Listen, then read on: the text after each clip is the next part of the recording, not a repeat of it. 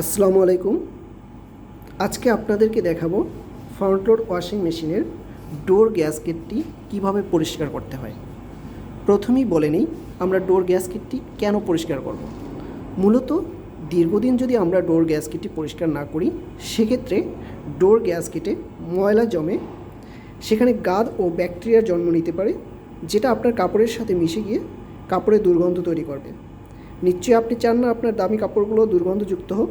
So fresh এবং ভালো কাপড় আপনার এই ওয়াশ প্রোগ্রাম থেকে বের করার জন্য অবশ্যই এটাকে নিয়মিত পরিষ্কার করতে হবে। আপনাদেরকে দেখাচ্ছি ধাপে ধাপে কীভাবে আমরা গ্যাসকেটটি পরিষ্কার করেছি। প্রথমে নবটি ঘুরিয়ে ওয়াশিং মেশিনটি বন্ধ করে নিব। আপনাদের সেফটির জন্য প্রথমে আমাদেরকে সুইচটি অফ করে প্লাগটি খুলে নিতে হবে। পরের ধাপে আমরা ডোরটি খুলে নিব।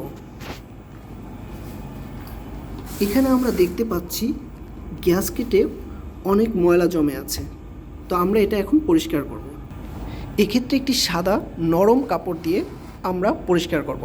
আপনার বাসায় যে কোনো নরম কাপড় দিয়ে আপনি এটি করতে পারবেন, ডিটারজেন্ট মিশ্রিত পানি দিয়ে। তো আমরা ডিটারজেন্ট মিশ্রিত কাপড়টি দিয়ে এখন গ্যাসকেটের ভিতরে ভিডিওতে দেখানোভাবে সুন্দর করে পরিষ্কার করে নিচ্ছি। ভিডিওতে যেভাবে দেখানো হচ্ছে সব জায়গাগুলো এভাবে সুন্দর করে পরিষ্কার করে নিতে হবে। ভিডিওতে আপনারা দেখতে পাচ্ছেন পরিষ্কার করার পরে সম্পূর্ণরূপে এখানে যে গাদ ছিল এবং ময়লা ছিল সেগুলো পরিষ্কার হয়ে গেছে। কিন্তু আমাদের প্রসেস হচ্ছে এরপরে অবশ্যই আপনাকে একটি টাপ ক্লিন প্রোগ্রাম চালাতে হবে। পরিষ্কার শেষে আমরা ডোরটি লাগিয়ে নিলাম। এরপরে আমরা ড্রাম ক্লিন প্রোগ্রামটি এখানে চালু করতেছি। নবটি ঘুরিয়ে ড্রাম ক্লিন প্রোগ্রামটি সেট করুন। এরপরে স্টার্ট বাটনটি চেপে দিন। ড্রাম ক্লিন প্রোগ্রামটি শেষ হলে আপনি আপনার নিয়মিত ব্যবহার করতে পারবেন।